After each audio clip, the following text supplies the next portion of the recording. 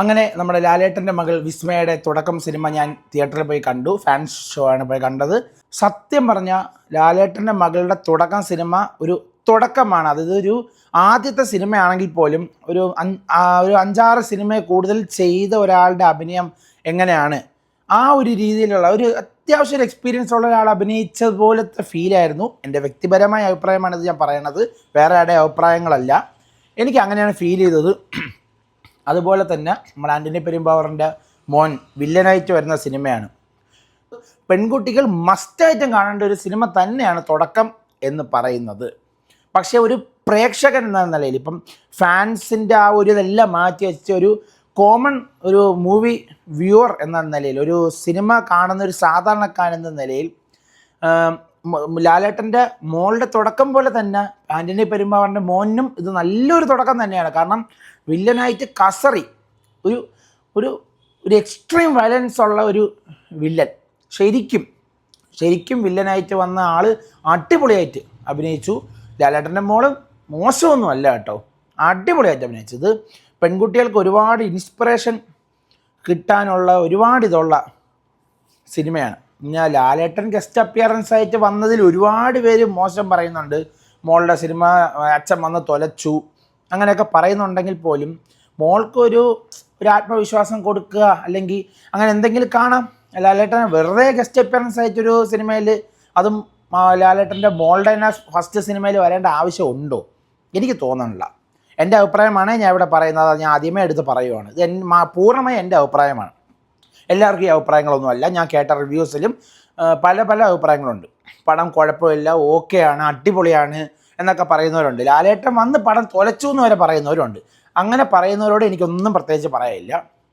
ലാലേട്ടൻ ആ സിനിമയിൽ അതായത് ഇൻ്റർവെല്ലിന് ശേഷമുള്ള പോർഷനിൽ ലാലേട്ടൻ്റെ സ്റ്റാർട്ടിങ്ങിൽ ലാലേട്ടൻ കുറച്ച് കാര്യങ്ങൾ മോൾക്ക് പറഞ്ഞു കൊടുക്കും. അതായത് സിനിമയിലെ ക്യാരക്ടറിന് പറഞ്ഞു കൊടുക്കുന്നുണ്ട്.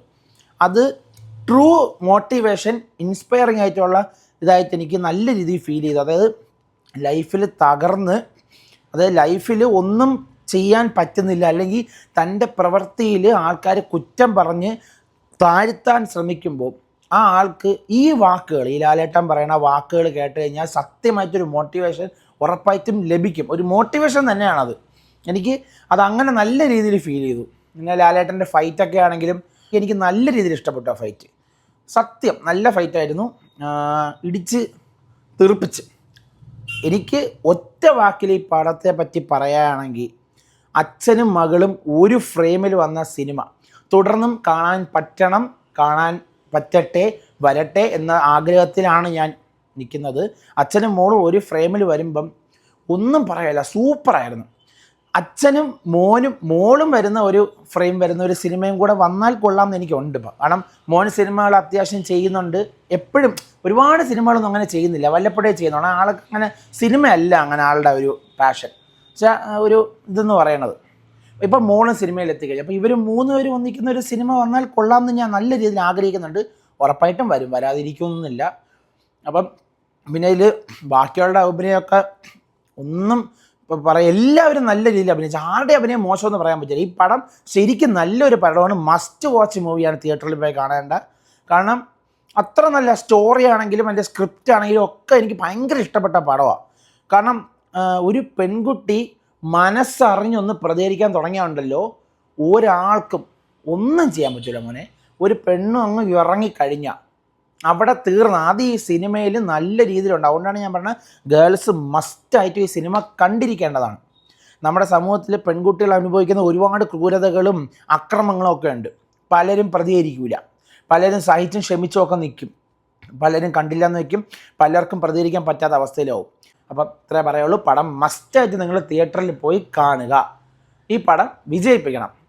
ഒരു പുതുമുഖ നടിയുടെ തുടക്കം എന്നുള്ള രീതിയിൽ നോക്കുകയാണെങ്കിൽ, അത് ഒരാളുടെ ഒരു സിനിമയിലേക്ക് നായികയായിട്ട് വരുന്ന ആളുടെ ബിഗിനിങ് സ്റ്റേജിൽ നോക്കുകയാണെങ്കിൽ ഇത് ബെസ്റ്റ് മൂവിയാണ്. ഇനി അങ്ങോട്ട് ഉറപ്പായിട്ടും നല്ല സിനിമകളുണ്ടാവും. അപ്പം കൂടുതൽ ഞാൻ പറയുന്നില്ല.